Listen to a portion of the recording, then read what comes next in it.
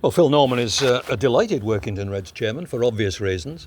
Ahead of the big game tomorrow, Phil, against Leek Town, a lot of the pressure's off now after that wonderful result last week. Oh, absolutely, John. I mean, that's what we didn't want, is to go into tomorrow and having to get the points.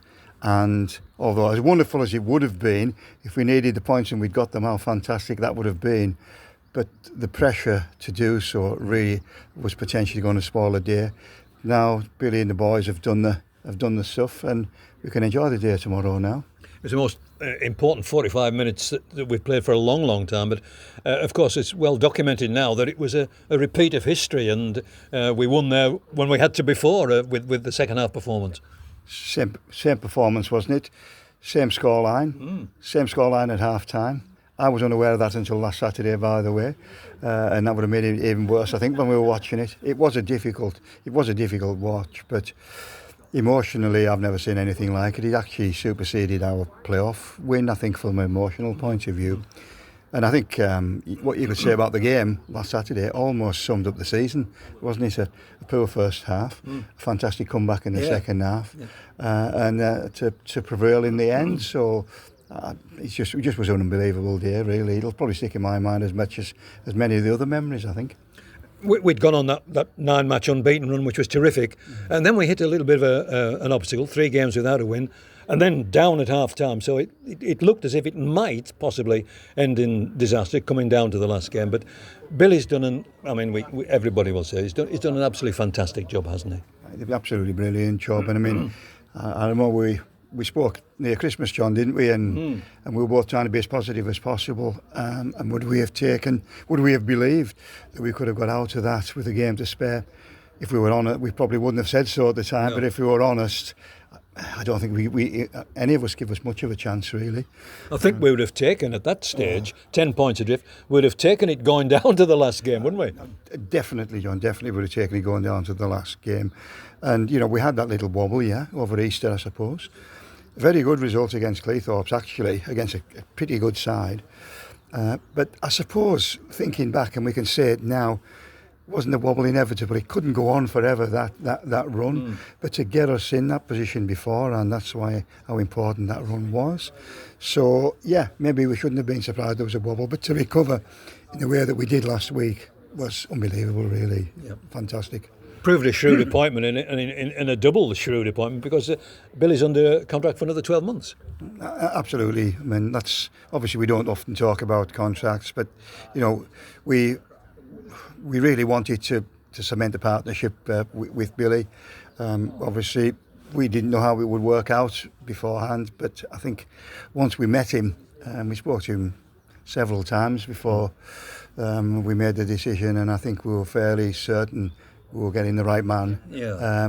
Maybe we could only have dreamed of the results that we would get, but I think we were fairly confident we'd got the right man for the job. Yeah. I suppose the worry now is that his success at Workington will be attracting attention elsewhere. Well, I suppose in some ways that's inevitable, but maybe that's a good problem to have. I don't know, but Billy's with us now, so hopefully he can stay for at least a short while. Yeah. Yet.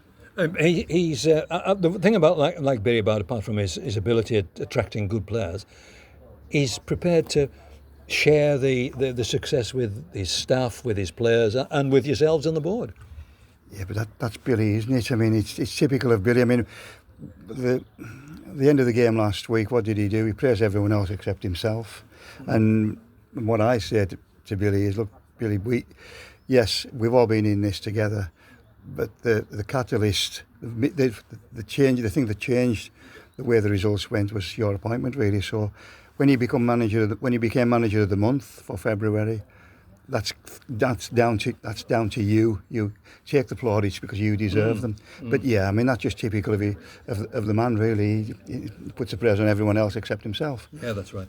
And knowing Billy, the way he's recruited previously, I'm sure that from now on almost he'll be hopefully building a squad for next year. Well, I agree. I mean, I think we've now seen we've got the capability now. We've got the basis of a decent squad. I don't think it's massive additions that we'll need to kick on.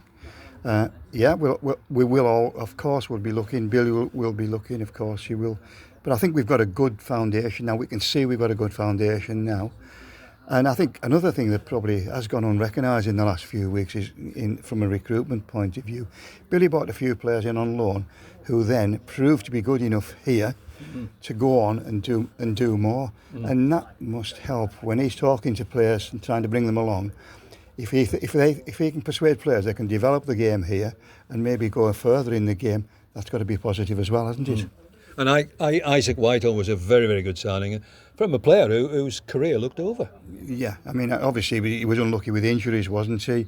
And I don't know how confident Isaac was. He seems to be a quiet lad, but I don't know how confident he was when he came here, how successful he would be.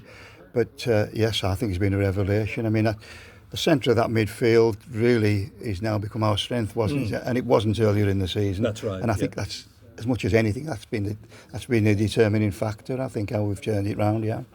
The other big thing from the outside looking in, the crowds, Phil, they've been absolutely wonderful. Bottom of the league all season, virtually, and crowds of 800 plus. Yeah, and even when we were bottom of the league in the dark days before Christmas, we were still above our average. We're still running above our average for last season, which really is incredible. And of course, when you go into a slide like we did, the worry then is it becomes a vicious circle, doesn't it? Because you've got no points. You're looking to recruit. The finances are stretched even further, which makes it even more difficult. But one of the reasons we've been able to stay where we were is the support that we've had from the terraces, both in the numbers and vocally. I mean, since Christmas, the support, the way the people have got behind the team, even when they haven't been on top, people have got there and you can see there's a real desire for success. So yeah, support's been fantastic, numbers unbelievable, and they've made a lot of things possible that wouldn't have been possible without them. Finally, Phil, looking at the final game, what's the crowd looking like there? The crowd looking tomorrow is looking very good. Pre-sales on tickets are looking very good, very strong indeed. I'll be disappointed if we don't at least get 2,000 in tomorrow. Yeah. Brilliant. Thanks, Phil. Thanks, John. Thank you.